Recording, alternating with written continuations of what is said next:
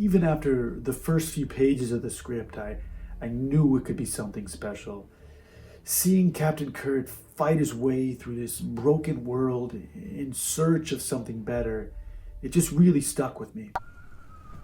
Sometimes, I think I was just born in the footnotes.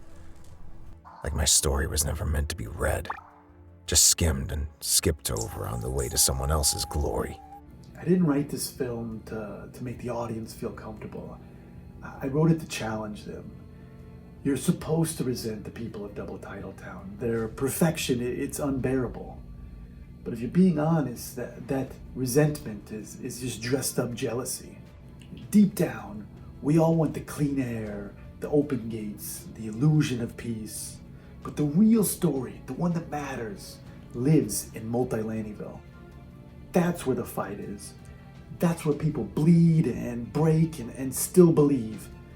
That's where the soul of this film is buried behind boarded up windows and bad odds. But in a place like this, glory isn't a goal. It's a ghost. Something you hear about but never expect to see with your own eyes. They say this city is split like a wound, clean on one side, festering on the other. Over there, the streets hum like lullabies, a promised land carved from chrome and privilege. Here, the sky hangs low, heavy with rust, rats in the walls, water brown enough to chew. We plant seeds in cracked concrete and pray they bloom into something other than silence. This film really does have everything. Action, suspense, real emotion. When I started to put my short list together of directors, it really only had one name on it. I had to get Tyler Brenner. He's just perfect for this film. It couldn't have been a better match if he had written the script himself.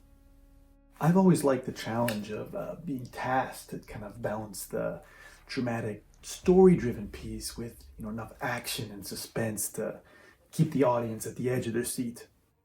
You know what I've learned living down here with the rest of the Forgotten? Hope is a kind of poison. Sweet going down, but it rots you from the inside when nothing changes. When the door never opens, when the rules are built to keep you out. But I'm done waiting. Done playing nice with a world that feeds off my desperation. There are quite a few different characters in the film, so it was really important that we gave them enough time to develop. For these fat cats living in Double Titletown like Riggs and RBC and Dirk, it was easy to quickly develop the hatred towards them.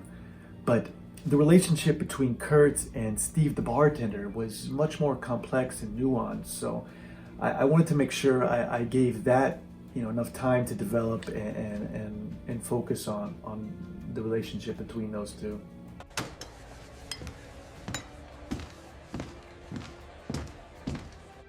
You've got that look again. Like some poor bastard staring at a locked gate thinking if he just squints hard enough, it'll open for him. I'm not gonna die in this place. I've seen good men like Solly, Co-op, and NAI crumble, content to spend the rest of their days in this dump. I can't waste away in Multi-Lannyville. You think you can make it out, kid? The rules of Double Titletown are simple. We've known them since they laid the first brick of that wall splitting the city. You win twice or you don't even bother. I've come closer than anyone ever has. I have one title and came within a few lucky breaks of another. But guess how they reward me? I'm still here serving drinks to you and they kept my damn name on the welcome sign. A reoccurring theme throughout this film is the realization that everything isn't white or black. There are gray areas, and I think that comes across well with the crack. The people living there haven't had the mistakes of the people that have been relegated to Multi-Lannyville, but they also haven't accumulated the successes of the people that have been admitted to Double Titletown. So they're kind of stuck in the middle, and you can feel their internal conflict on how to deal with that. You need to get this pipe dream out of your head. Here, we are a brotherhood. At least you've got men who'd bleed beside you, even if they'd curse you while they do it. That's more than you can say about those scumbags living in limbo at the crack. Those guys would pawn their own shadows if it meant one night without looking over their shoulder. You think they are on their way up? No, Kurt. They're circling the drain. I may never make it, but I can't sit here wondering, what if anymore. I am done dreaming from the gutter.